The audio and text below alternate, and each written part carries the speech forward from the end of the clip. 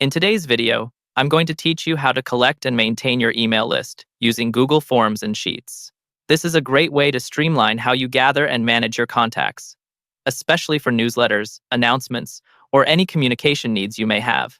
Let's dive right in. The first thing you'll want to do is open your web browser and navigate to Google Forms. You can quickly find this by going to forms.google.com. Once you're on the page, sign in with your Google account if you haven't already done so. You'll see an option to start a new form.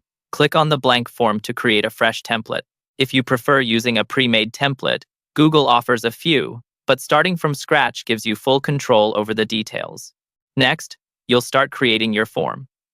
Begin with a simple and clear title that communicates the purpose of your form, such as newsletter, sign up, or stay in touch. Below the title, you can add a short description to give more context or instructions to your audience. This helps set the tone and lets your respondents know exactly what to expect. Now, let's move on to adding questions. For email collection, the essential question is, of course, asking for their email address. Click on the plus button to add a new question. In the drop-down box, select Short Answer for your response type and label it as email. To ensure you don't collect empty or invalid responses, click on the three dots in the bottom right corner of the question box and enable Response Validation. Set the criteria to text and contains, then type the @ symbol. This will help ensure that respondents enter a valid email format. If you're gathering additional information, like names or preferences, feel free to add more questions. Just make sure each question is clear and concise to keep the form user-friendly.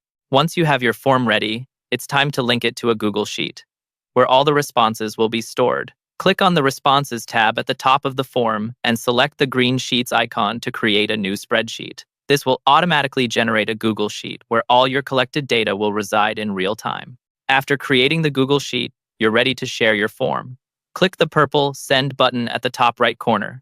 You can then send it via email, copy the link to share through your social media channels, or embed it on a website.